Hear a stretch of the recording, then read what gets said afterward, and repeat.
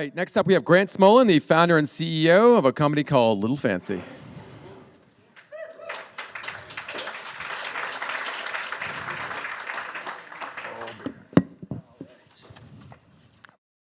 All right, great. I am Grant Smolin, and I am the CEO and founder of Little Fancy, and we are quite simply a celebration in a can, offering the better-for-you alcohol revolution a crisp and refreshing premium option. We created this product for the health and image-conscious consumer.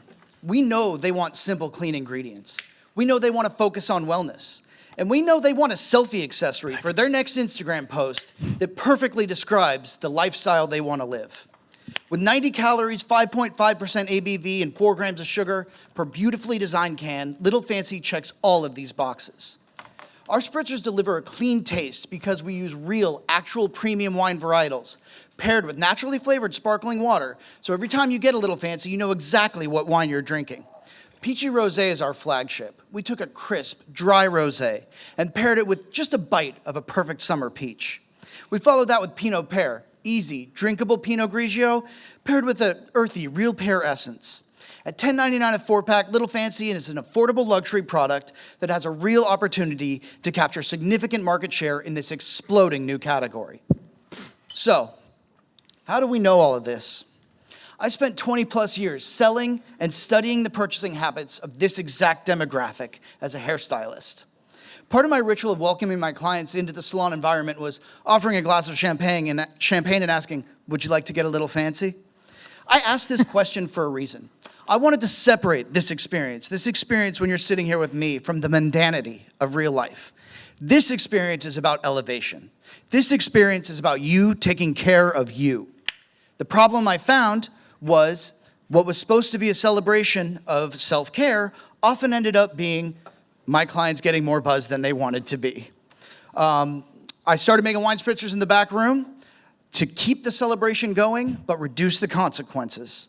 I spent about 1.5 years doing R&D with the best focus group that any entrepreneur could ask for, my clients. I realized that there was an opportunity to create a drink for them. It didn't exist at the time. A drink for the health and image conscious consumer that wants to drink healthy, but also high quality. And they want to take that drink, but more importantly, that feeling of getting a little fancy wherever they go.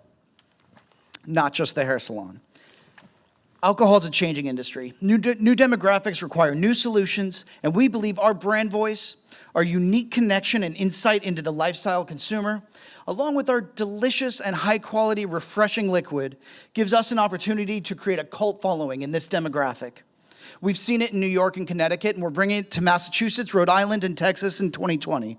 We speak the language, and we understand the aesthetic trends, and we know that celebration with reduced consequences is the best way to make your day a little fancy. Thank you.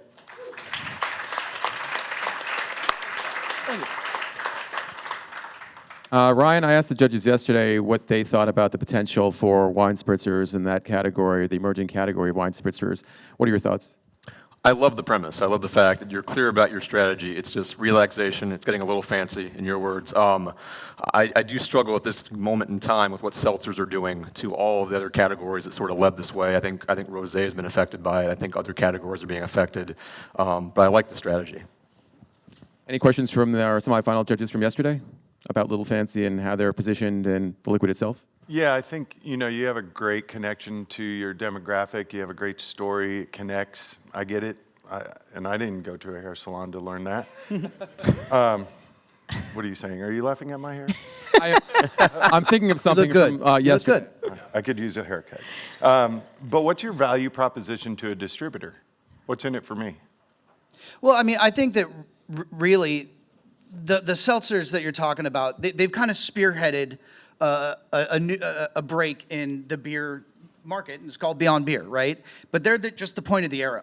And I think that as they continue to tear through the wall, you're going to see more room to play. And I think that, and I know that just from talking to, again, my clients, a lot of people are drinking White Claw and they don't love it. They think that they might be looking for a premium option as the market grows. So you're saying that you can make an incremental dollar within that stream and they're reaching out for something more. What's my profit per case? Profit per case. I mean, you know, we work on usually around a 30% margin for our distributor. Tom, you had a question? I did. You know, my feelings about the product are the same as yesterday. I get a very earthy sake note off of the Pinot pear. So my question is twofold. One is, you know, pear is a classic attribute of Pinot. Is there a reason why you chose to use natural flavors to amplify the characteristics of the wine spritzer instead of letting it be a natural product without deviation or alteration? And then I continue to feel that it needs a little carbonation. Was there a reason why the carbonation is lower, and is it related to tax? Yeah, so we used natural flavoring because we found, just kind of doing taste testing, that when you just mix wine with sparkling water, it's a little flat, it doesn't have enough flavor. So we wanted to use some natural flavoring to kind of add a little bit more, and we highlight the notes that are already in each varietal. I grew up with a bunch of sommeliers, so I've been a wine enthusiast for a long time. I wanted to take the notes and highlight them rather than overpower the actual wine. But again, it's a little flat without anything. Insofar as the carbonation, there are really two concerns there. Number one is focus grouping. The carbonation, my clients and people we tested, it makes them feel bloated. I think, you know, our demographic is, we say, women and gentlemen of style.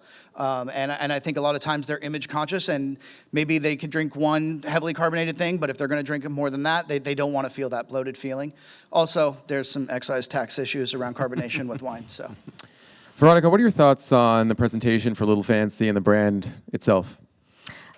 I mean, I love how simple the packaging is, and just the sentence, like, if you want to get a little fancy. My question was, like, what's your why, you know? And I mean, your why, it seems like you would ask a person, like, would you like to get a little fancy, you know? And it seems like an easy answer. Like, why would you say no to that, right? Yeah. Nico, will you get the last word in terms of taking a selfie with some Little Fancy? Would you be in that group of folks? I am not a selfie man. I don't even have Instagram, so no. But I'd be curious how you stand out on shelf, like point of sale. This is great packaging, but what are you doing for display and, you know, trying to merchandise and stuff? What's your strategy there? Yeah, absolutely. So, you know, we're looking to do all the traditional things, the shelf talkers, the stands. We've created some wallpapers.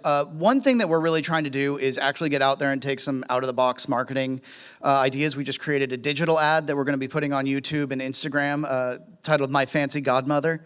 We're looking at really utilizing a lot of unique and out-of-the-box marketing to create use cases within our demographic.